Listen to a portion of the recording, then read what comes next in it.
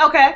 Well, one question I have, I think there's kind of this old school, well, you tell me if it's old school, this idea that, working with banks and all that kind of stuff, that it's like a buddy system, it's who do you know at the bank. And if I know the loan officer, I know the president of the bank, then I can go in and, if I play golf with the right people, that I can get the right kind of a loan. And if I'm not that person, if I'm a single mom and I want to turn my cookie business into, the next Sarah Lee, then they're just not gonna, they're just gonna look down their nose and laugh in derision. Is that really, what it is, or what do you think gets you lended, I guess is the right way? Yeah. Well, that good old boy thing, I think, is kind of a misnomer. Even if you're a pro golfer, it's still not going to guarantee a loan. You're probably still not going to get the loan at the bank. And the good old buddy system is pretty much dead because the bank's hands are tied due to new, regulatory environment that they find themselves in.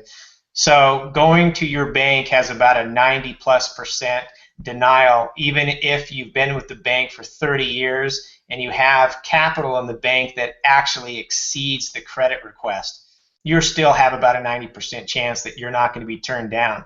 I see it all the time with the contacts that I have in banking, because I've worked in, obviously, the banking world, and they're just challenged with saying, hey, I know you've been with the bank for 30 years, but look, my hands are tied. We really can't lend. So what you find today is a new breed of business lenders that are filling that void with very, very competitive rates, and some that are actually right at the bank level credit terms, and they use technology. So that the good old system the good old buddy system has been replaced with the more modern algorithm on how to underwrite loans. The modern one, the good old buddy system, is part of it is they look at maybe even your social metrics. How good are you at the digital marketing strategy? Because that is one of the elements now of underwriting, which is unheard of 2 years ago even.